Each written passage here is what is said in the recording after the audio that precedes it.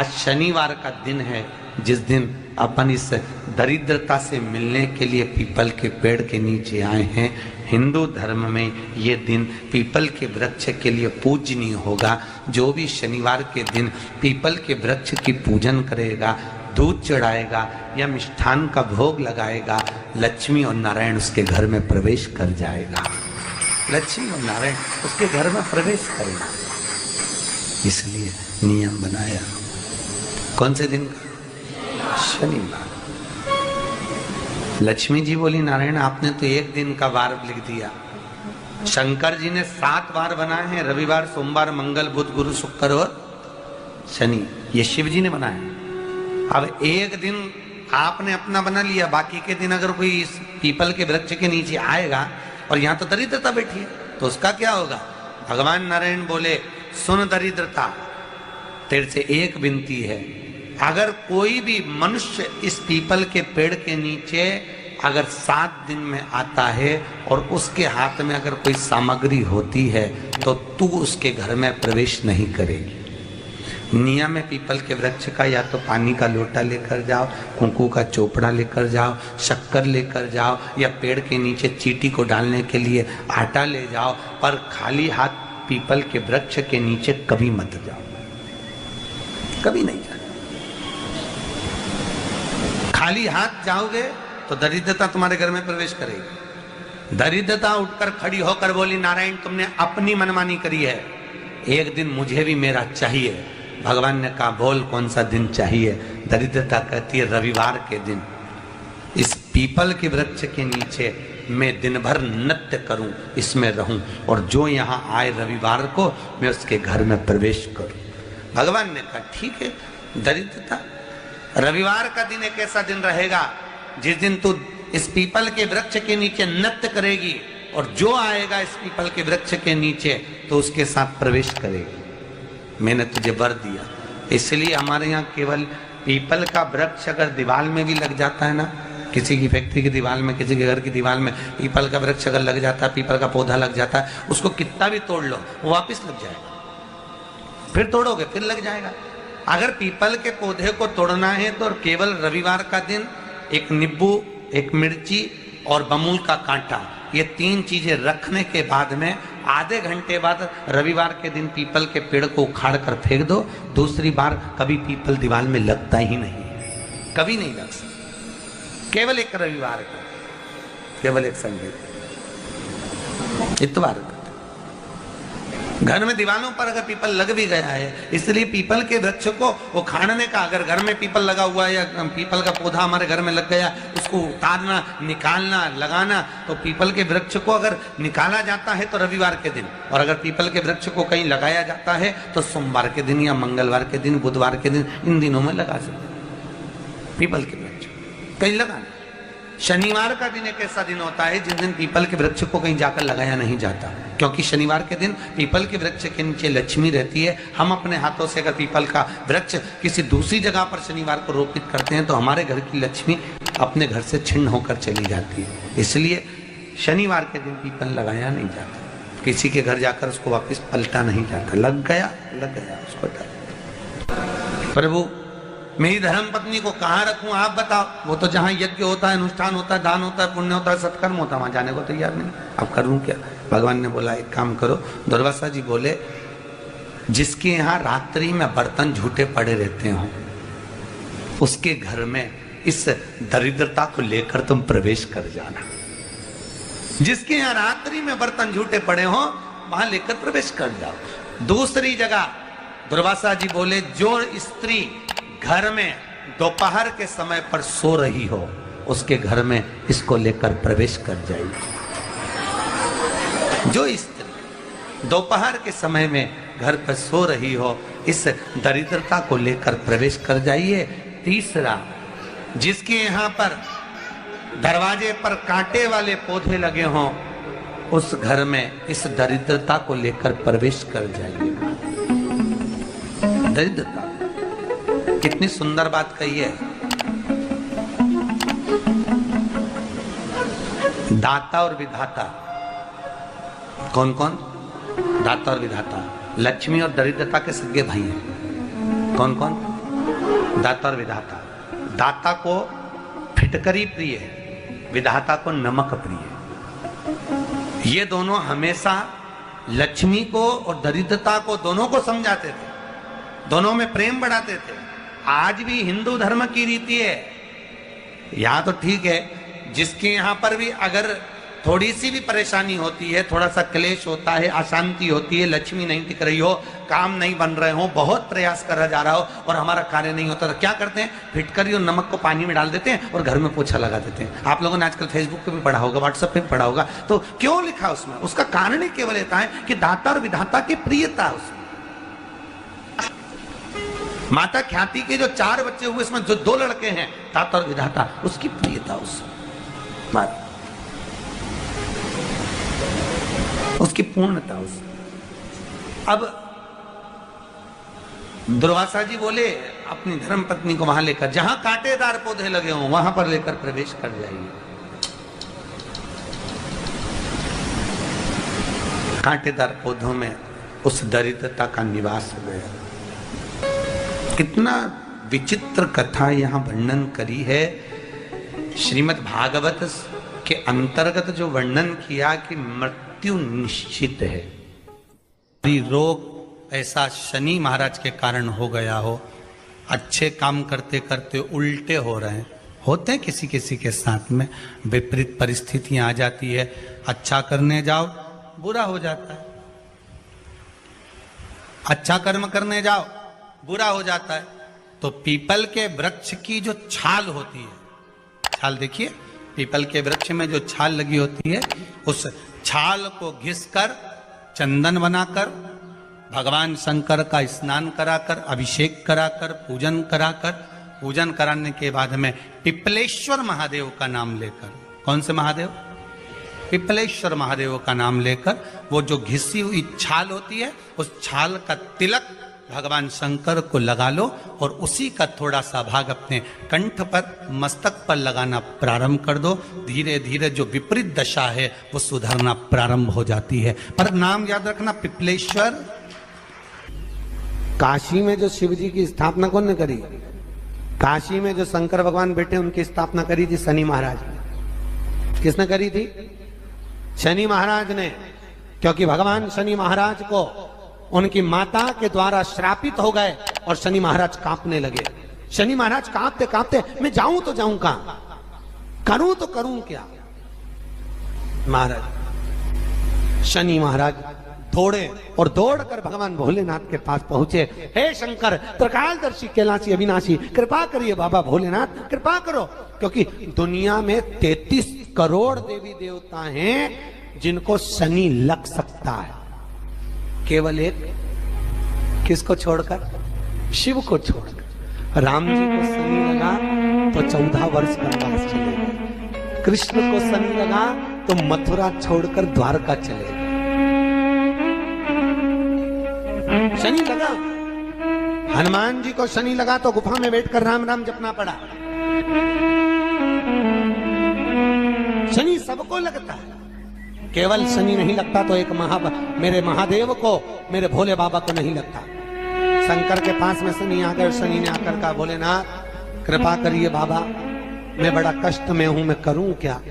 बाबा भोलेनाथ ने कहा, जा गंगा जी के तट पर काशी में जाकर एक शिवलिंग की स्थापना कर, उसकी आराधना कर और तेरा शरीर ठीक हो जाएगा, कष्ट नहीं भोगेगा। शनि महाराज ने काशी में जाकर शिव जी की स्थापना करी। आज भी नियम है, जिसको शनि लग जाता है एक काजल की डिब्बी ले लो और काजल की डिब्बी को 21 बार उतार कर उसको एकांत में जाकर, जंगल आदि में एकांत में किसी पेड़ के नीचे इतना सा खड्डा खोद कर उसमें काजल की डिब्बी को डाल दो और मिट्टी से पूर दो, उस व्यक्ति का शनि समाप्त हो जाता है। काशी विश्वनाथ का नाम लेकर काजल की डिब्बी को 21 बार उतार कर अगर काशी विश्वनाथ का नाम लेकर शनि वाले व्यक्ति को अगर पेड़ के नीचे दबा दे, शनि समाप्त, शनि उसको परेशान नहीं कर सकता। काशी कितनी मूलता है। उस क्रम को देखिए, भगवान शंकर पर विश्वास रखकर एक एक पल, एक एक घड़ी, एक एक समय, एक एक नक्षत्र का शिव महापुराण में वर्णन है।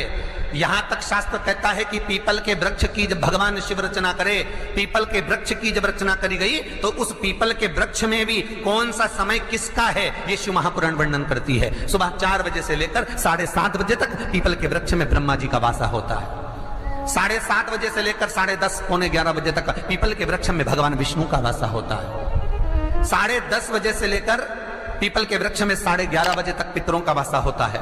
11:30 बजे से लेकर 12:30 बजे तक पीपल के वृक्ष में आहूतों का वासा होता है। 12:30 बजे से लेकर शाम को 4 बजे तक पीपल के वृक्ष में वासुकों का वासा होता है।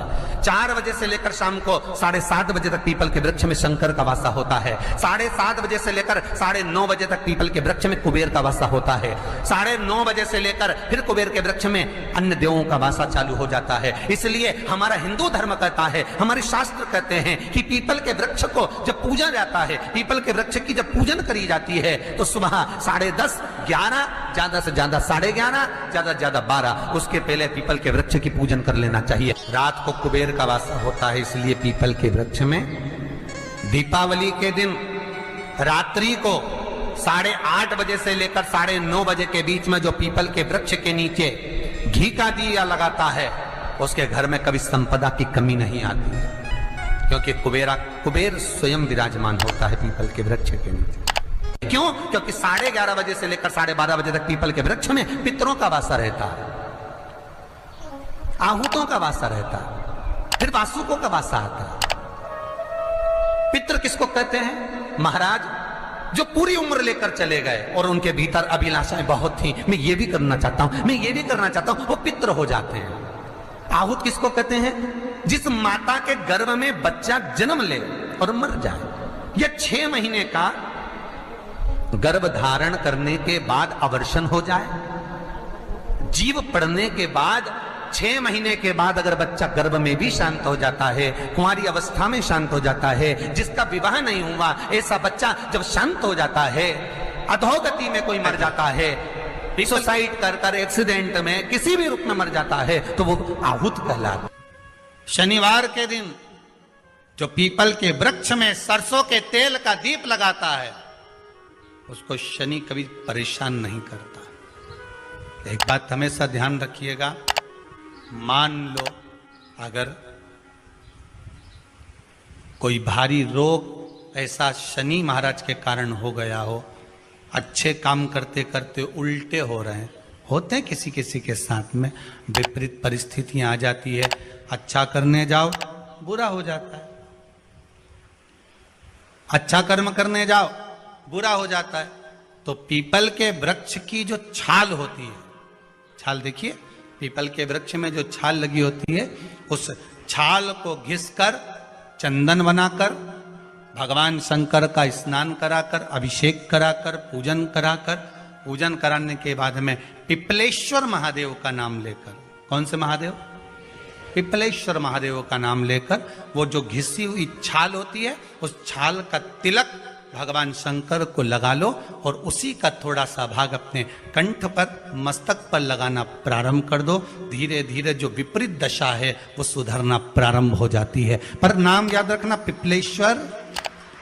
जम ना भी दुख, विपदा, कष्ट सम्मुख में खड़ा हुआ हो, कितना भी दुख, पूंजी धन की अगर आपको कमी पड़ रही है और ऐसा लग रहा है कि मेरे पास में कुछ भी नहीं, हम तो यहाँ तक कहेंगे कोई मकान बना रहे हो, बेटी का विवाह कर रहे हो, बेटे का विवाह कर रहे हो, कोई अच्छा कार्य कर रहे हो, धन संपदा की भी कमती दिखे तो समय पर कांता भगवान का स्मरण कर, कांता चक्र का स्मरण कर, शिव और नारायण का नाम लेकर, एक बेलपत्र, एक शमी पत्र, एक श्वेत पुष्प, एक लाल पुष्प, दोनों हाथ में लेकर भगवान शंकर के अशोक सुंदरी के स्थान पर अगर समर्पित करा जाए तो संपदा की भी कमी नहीं आती। वो कांता चक्र है जो नारायण के। यहां तक शिव महापुराण की कथा कहती है, अगर कोई विद्वत ब्राह्मण ने आपको बताया है कि आपके घर में पितृदोष है कोई विद्वान ब्राह्मण ने बता दिया कि आपके घर में काल सर्प दोष है, कोई विद्वान ब्राह्मण ने बता दिया कि आपके यहाँ पर ये वास्तु दोष है और इस दोष को मिटाना जरूरी है। कोई ने आपको बताया, उस समय पर हमें घबराना नहीं।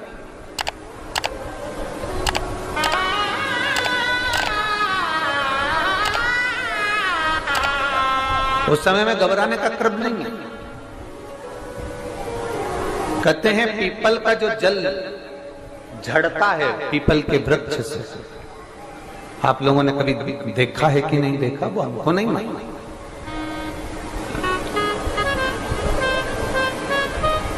कितना भी अगर कोई वास्तु दोष बता दिया, पितृ दोष बता दिया, काल सर्प दोष बता दिया, कितना भी अगर कोई दोष बता दे, तो पीपल का जो जल वृक्ष में से झड़ता है, कभी कभी आप उसके नीचे हाथ रखकर देखना, थाली रखकर देखना, उसमें पत्थर पर देखना, तो वहां पर भी पानी के निशान आपको मिलेंगे, बूंद के निशान मिलेंगे।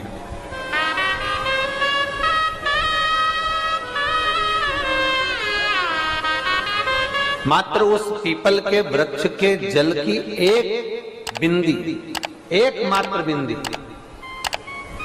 शंकर भगवान का जो शिवलिंग है जलाधारी है, चरण है, गणेश कार्तिकेय का स्थान है, अशोक सुंदरी का स्थान है, और प्रत्येक जलाधारी में से पानी बीच में से आकर नीचे की ओर गिरता है, नीचे की ओर गिरता है।